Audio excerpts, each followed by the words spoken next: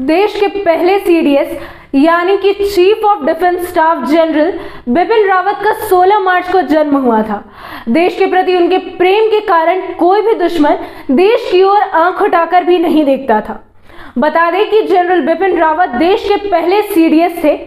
उनसे पहले यह पद किसी को नहीं मिला है। वह 3 सेना के प्रमुख के तौर पर कार्यभार संभाल रहे थे, लेकिन तमिलनाडु के कन्नूर दौरे के दौरान उनका हेलीकॉप्टर दुर्घटनाग्रस्त हो गया था, जिसके कारण उनकी मृत्यु हो गई। आइए जानते हैं सीडीएस जनरल बिपिन रावत के बारे में। इसी के साथ मैं स्वागत करती हूँ आप सभी का ग्लोबल मीडिया अपडेट्स में। मैं हूं श्रेया उपाध्याय। सबसे पहले बात करते हैं उनके जन्म और उनकी शिक्षा के बारे में। बिपिन रावत का जन्म देहरादून में 16 मार्च 1958 को हुआ था।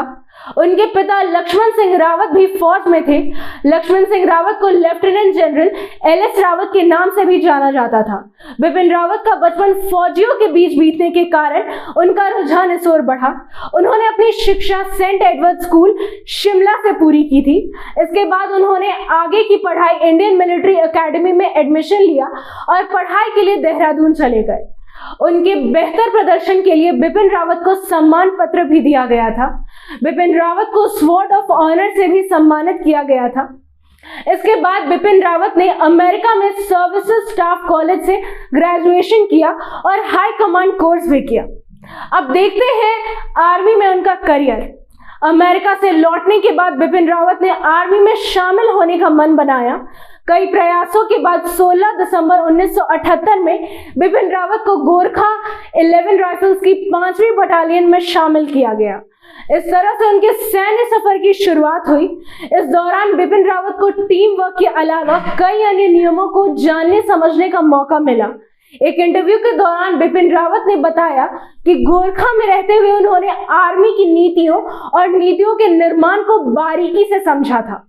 आर्मी में रहते हुए उन्होंने कई पदों पर काम किया।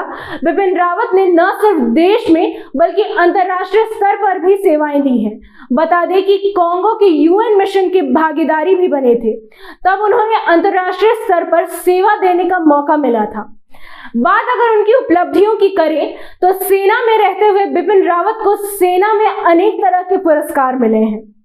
उन्होंने युद्ध नीति को सीखते हुए अपने कौशल का सही इस्तेमाल किया और 37 साल के करियर में आर्मी में तमाम मेडल अपने नाम किए। उसके बाद उन्हें सेना का प्रमुख बनाया गया।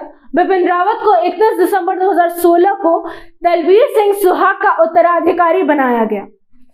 इस पद को संभालने के बाद उन्हें देश में एक अलग पहचान मिली और वह भारतीय सेना के 27वें प्रमुख बने। बिपिन रावत एक लेखक के तौर पर भी जाने जाते थे। वह सुरक्षा मामलों पर भी लिखते थे। बता दें कि देश के पत्र पत्रिकाओं में उनके आलेख प्रकाशित होते थे। चौधरी चरण सिंह यूनिवर्सिटी ने साल 2011 में उनको पीएचडी की उपाधि दी थी। सेना के प्रमुख पद से 31 दिसंबर 2019 को बिपिन रावत ने भारतीय सेना के प्रमुख पद से इस्तीफा दिया, जिसके बाद उनके देश के पहले सीडीएस अधिकारी की जिम्मेदारी सौंपी गई। बता दें कि सीडीएस अधिकारी थल सेना, वायु सेना और नौसेना तीनों के बीच बेहतर तालमेल बिठाने का काम करता है।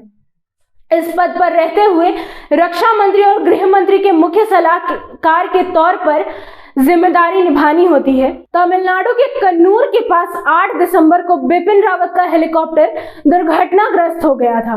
इस दौरान उनके साथ बिपिन रावत की पत्नी मधुलिका रावत समेत 14 लोग मौजूद थे। इस एक्सीडेंट में 13 लोगों की मौत हो गई थी। बिपिन रावत की मौत से देश को गहरी क्षति पहुंची थी। बिपिन रावत की 61 साल की उम्र में मौत हो गई थी। ऐसी ही तमाम खबरों के लिए बने रहिए ग्लोबल मीडिया अपडेट्स के साथ। धन्यवाद।